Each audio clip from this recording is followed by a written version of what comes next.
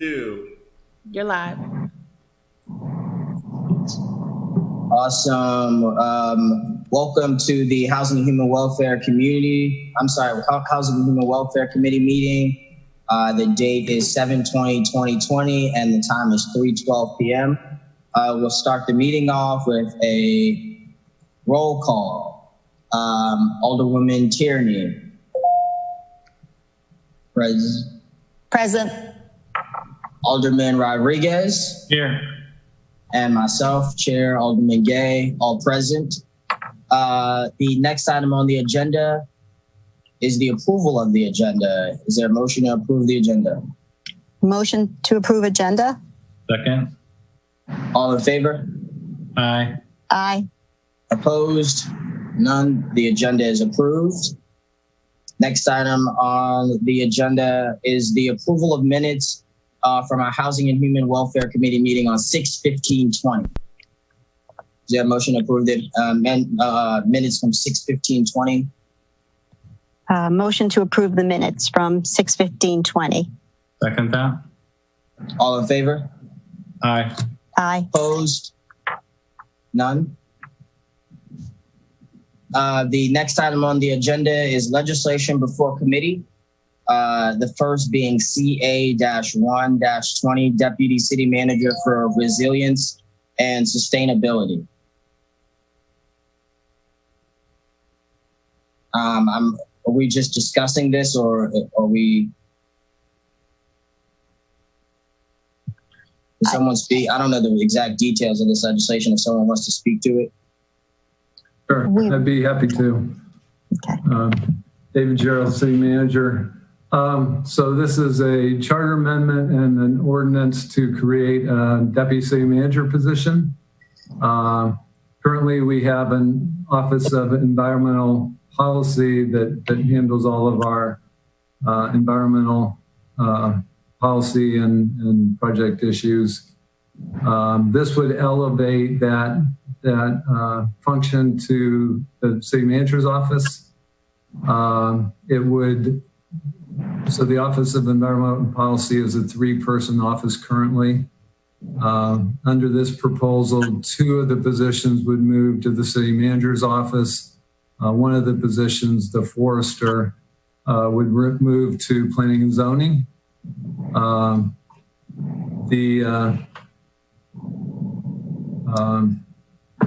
The reason for all of this is to raise the profile of the programs. So it moves kind of beyond environmental to the larger issue of sustainability, and it also adds resilience, which needs to be a new focus area for the city going forward.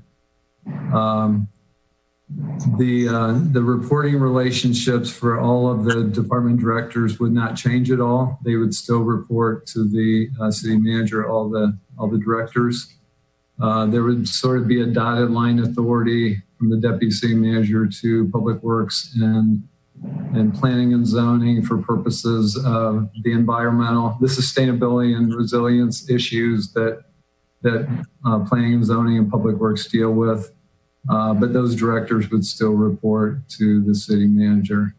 The idea is, again, because resilience and sustainability are issues that cross all of the departments and all of the city functions, that it's important to raise the profile of that position to handle those issues across the whole city and not just as an office manager. These are important issues that are going to become more important as we move forward into the future. And so the profile of those issues needs to be raised. And we feel like the best way to do that is to move the management of those positions into the city manager's office. Thanks, David. Are there any questions from the committee or additional input from staff? Alderwoman Tierney? Yeah, just a quick question. David, I made an assumption, and I don't know if it was correct, and it was a positive assumption that by having this position, would it increase our opportunity for federal and state funding to have this position? I would think it would, and I just didn't know what you I thought. think it would, because it raises the level of those programs to a higher level. So that, sorry, my phone is ringing. Let me just go turn that off.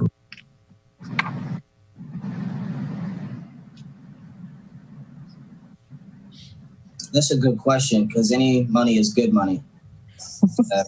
But we definitely will be searching for grant opportunities. As you know, we've been searching for grant opportunities nonstop for the flood mitigation city dock, and have been successful in getting grants both from the state and from the federal government through FEMA. So that will continue. This position would also work with the Resilience Financing Authority, which is going to be really focused on finding financing for these projects, but the interface will be to help determine the priorities for those projects, the resilience projects, after the city dock project is finished. So again, I think that will help in the dealings with the Resilience Finance Authority to have a higher level position as well. Any additional? Mark, did you have one? Sure, just short. we went into detail on this as well in economic matters. So I had some questions then, but I just want to express my support for this charter amendment and ordinance. I think having the resilience and sustainability, like I call it a czar with the focus, goes and crosses all sectors and departments, looking into infrastructure, business sustainability, into public health, into the economy. So I think this is a step in the right direction. Thank you. Alderman Tierney? Yeah, I want to add, I'm a convert to this. At first, I had some major concerns on, and I shared them with Alderman Savage on lack of a better word, dismantling the Office of Environmental Policy, which had a menu of tasks to accomplish. But in reading the ordinance, the corresponding ordinance that's next on the agenda, it appears that those responsibilities are all addressed. I also can say this, that from the other fear was, I thought that, and I can say this, I thought that the City Dock project would be a huge scope for this person, but I sense that the RFP covers the resiliency scope well enough so that this position would not be overwhelmed by that as well. Is that fair to say, David? Yeah, absolutely. And again, this position would not be managing the capital projects, either the big city dock revitalization or the smaller, flood mitigation type projects. It would just be the interface, and they would have the authority to review and recommend approval to the planning and zoning director for those projects, for all the restoration projects. And without their recommendation of approval, the project wouldn't move forward like our other reviewers, like stormwater and the fire marshal and so forth. So yeah, they won't have direct oversight of those large projects. But on a good note, they'll be able to introduce resiliency in that review of the capital projects and prioritize accordingly. So with their perspective. So yeah, I do support this. I have a question quickly, David. Outside of the larger capital improvement projects, how does this role help within our communities in terms of I think one, educating, and two, creating opportunities for environmental access and things. Would that be in the scope of this office as well, or? It absolutely is. So as I mentioned before, there'll be two staff members that will be moving from the Office of Environmental Policy to the city manager's office. One of them would be the deputy city manager, but the other one is the environmental protection specialist. And so a big part of her responsibilities, and right now it's just environmental and stormwater mostly, but her responsibilities for that public outreach will grow broader as well. to include resilience and some of the other sustainability stuff, energy and recycling and some of those other types of things. So, yeah, I think it raises the level of that outreach, but it's definitely going to make it even more important that outreach be done to all segments of the community, not just the ones that live on the water, but really to all the whole city. Yeah, that would be great, especially that you mentioned like energy assistance. That's important as we move forward. I'd love to see that, especially within our public buildings, relying more on solar energy and stuff like that. So that'd be great. I look forward to this. I know it took me some time to come around, but I definitely support as well as we move forward. Any more discussion or questions? All right. So I believe next is to make a motion to recommend favorably to the entire council for CA-1-20. I'll move to recommend favorably the charter amendment and the ordinance. I don't have it in front of me. Yeah, could we combine both the ordinance and the charter? Okay, awesome. So the charter amendment is CA-1-20, and then the ordinance is O-2020. Awesome. Any second? That's a second. Awesome. All in favor? Aye. Aye. Opposed? None? Awesome. So we have CA-120 and O-2020 recommended favorably to the entire city council at our next meeting, which will be 7/27/20. Next item on the agenda is O-2520, conveyance of city-owned right-of-ways at Newtown 20. Would you also speak to this, David? Yes, and I see Director Nash is on board too, in case I miss anything. So as you know, Newtown 20 is being redeveloped. The redevelopment includes building new facilities on the existing rights of way that are owned by the city in Newtown 20. So what the arrangement is that we convey those rights of way back over to Newtown 20. They do all their construction, including building new streets through the new development.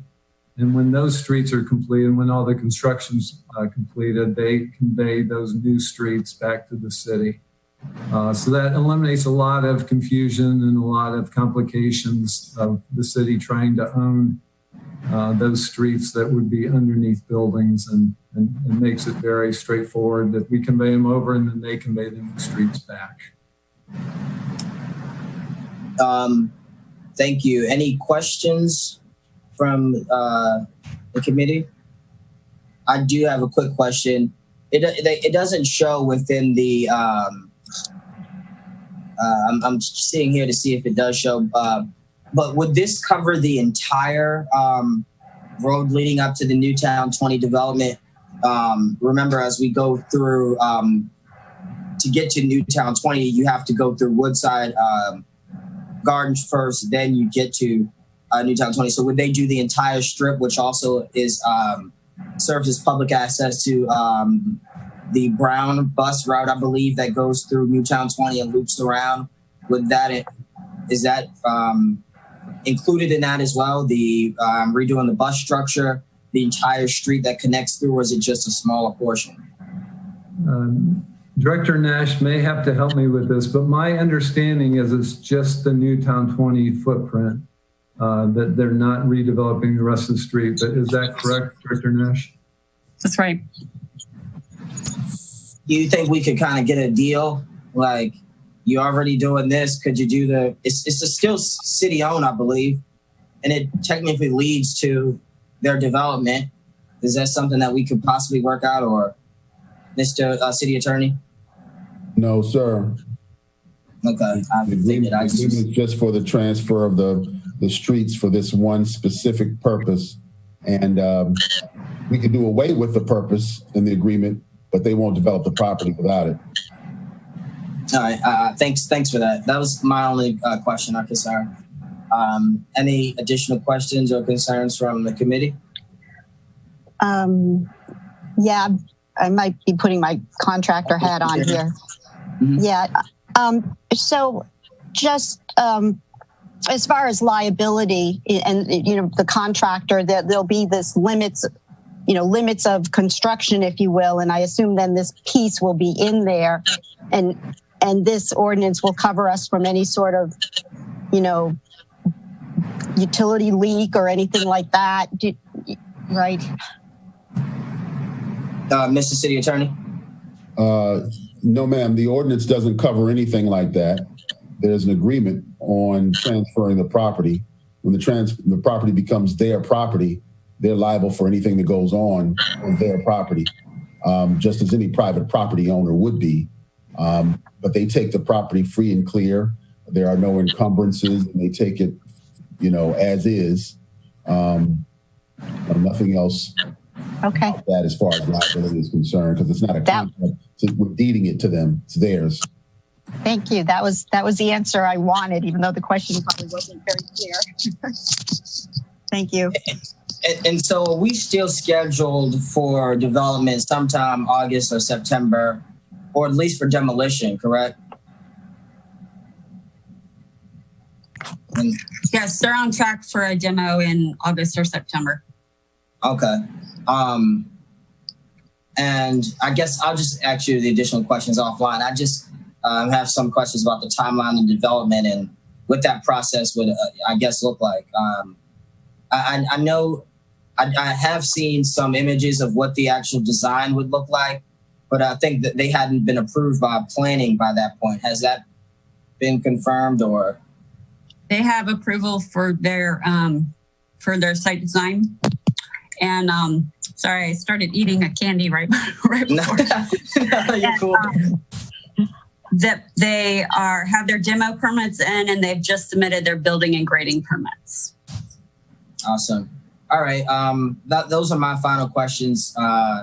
If anybody else has anything to add? Nope. All right. I believe the next item on the agenda is we have to update from the city attorney. Are you going to vote? Oh, wait. We need to vote. Vote on it. Yeah. Is there a motion to recommend O2520 favorably to the city council? I move that we submit that we are favorable to O25-20 to the city council. Second. All in favor? Aye. Aye. Opposed? None. The motion passes. O2520 is recommended favorably to the city council. Next item on the agenda is an update from the city attorney. Yes, sir. Quickly, the basis of what I'm going to talk about is going to be addressed in the work session that we're going to have this week. We had put it on this agenda today because I wanted to make sure that we at least broached it preliminarily with you. The way that the new code section reads with respect to what items go on an agenda for a special meeting, as the one coming up on the 27th, presents us with a conundrum. The council wants to take legislative action on things by amending code sections that have come before you and all of that. But the way that you voted to establish an agenda, legislative action does not exist in special meetings. So those things that you have wanted to amend will either go on the consent calendar and you vote them all in, or you take it off the consent calendar. But once you take it off the consent calendar, it's now legislative action, which you won't see on the agenda. So we're trying to work through it administratively to see if there's some other way we can deal with this oddity in the law. You do have the option and the ability to put things into legislative action, to add anything to the agenda that you want. It's just that when you look at the code, when we have to type it up for you, it's only going to say the 5 things that you approved, right? We couldn't put a legislative action on it when we type it up and give it to you, right? So we're trying to figure this out. So there may be some more we can talk about at the work session on this issue. But the practicality of what we wanted to have on the special meeting agenda is bumping up against, how we have to do it when we type it up and give it to you in an agenda format, right? So just alerting you to that. There will be more to talk about, and things will probably be strange on the 27th because we're still trying to work it out, but hopefully we can, and we've got a solution for you. But we'll talk more in detail in the work session. And really, 1 second, Alderwoman Jenny, I'll come straight to you. And this is what in regards to the Savage legislation that changed the makeup of our. Yes. Okay. Yeah. Yes. And so, what you're saying is that if on the 27th anything that we had moved or postponed to that meeting may be postponed until our meeting in September because we can't actually have debate or discussion on that? Not quite. It's just that the consent calendar is where everything will go initially. So if you intend, and when you see the agenda, you'll see there won't be a legislative action section, really. We're going to create one, but technically it can't go on there according to the code. It's just everything goes into the consent calendar. If you're going to vote for those things on the consent calendar, yay and nay, up and down, go, great. We have no problem. But if you're going to move things off the consent calendar, because there's no legislative action list that we could include, you're going to have to majority vote to take those things off. We're creating a new section in the agenda, which you won't see in advance, right? Because we're not allowed to put it on in advance because of the authority, right? So you're voting in the meeting to change the agenda. Yeah, so everything is literally going to happen on the floor. Pretty much, at least with respect to legislative actions, because legislative actions, as you voted, only happen in the regular meetings once a month. Okay, Alderwoman Tierney, you were next. Sorry about that. Yeah, Dewan, disclaimer, I think you and I were the only no votes on this. Yes, yeah. So the objective, I guess, is I think one of the consequences is the potential of delaying legislation, and I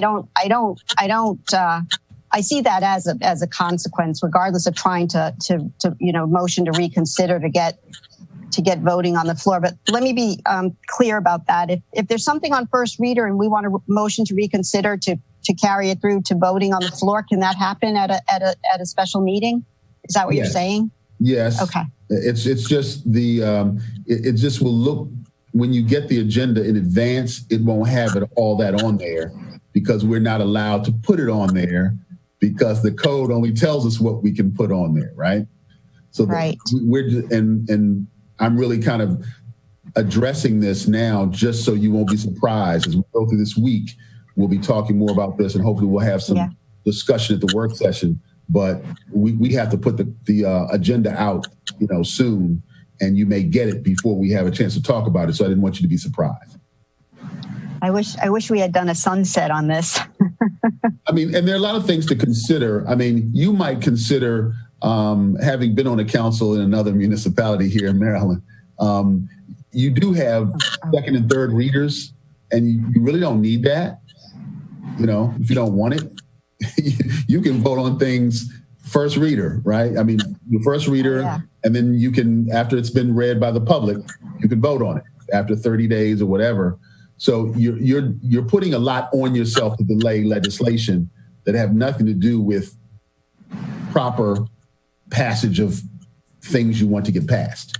You've got a lot of bureaucracy built in that also delays. And so if you decided to say, for instance, go to just legislative actions every 30 days, once a month, the regular meetings, you could decide to get rid of those second and third readers because it's really not necessary. It was probably a holdover from people who, worked at the state, where you got, hundreds of people deciding on things, and you need that time, second and third readers for folks in the larger community to come and understand what's going on. But for a city this size, 30 days, we know what's going on. You know, if you want to hold over the public hearing, you can do that. But you've got public hearing opportunities. You've got, you know, different opportunities for the public to weigh in and for consideration to be happening.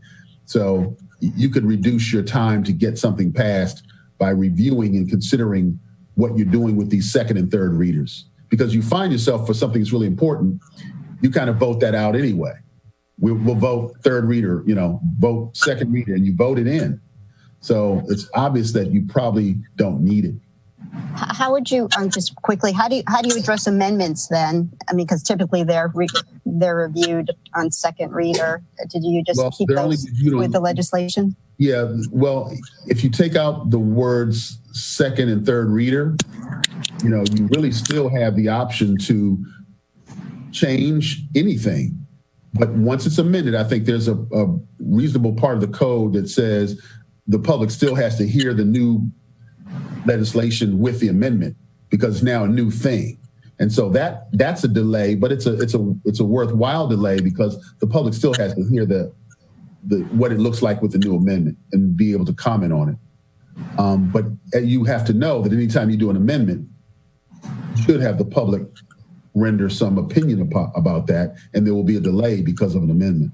If it's substantive enough. I mean, if it's not substantive and you rule it's not substantive, you can pass it without the public hearing.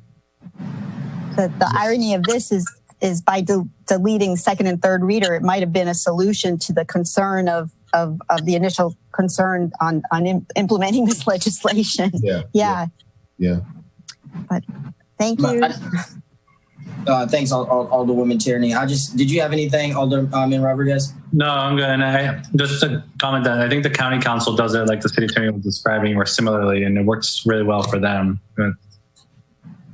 Yeah, because you do have a lot of flexibility in how you run your meetings and how you put legislation forward. The only thing that I help with and our office helps with is making sure that you abide by, you know, state prescriptions for publicity of different bills and that people have an opportunity to comment.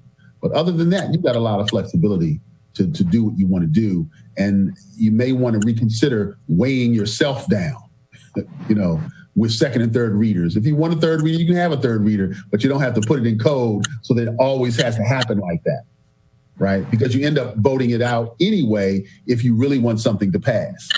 So why not do it the inverse? It's going to go quick unless we slow it down. Which will probably likely happen, which kind of leads into my question of, I guess two-part question.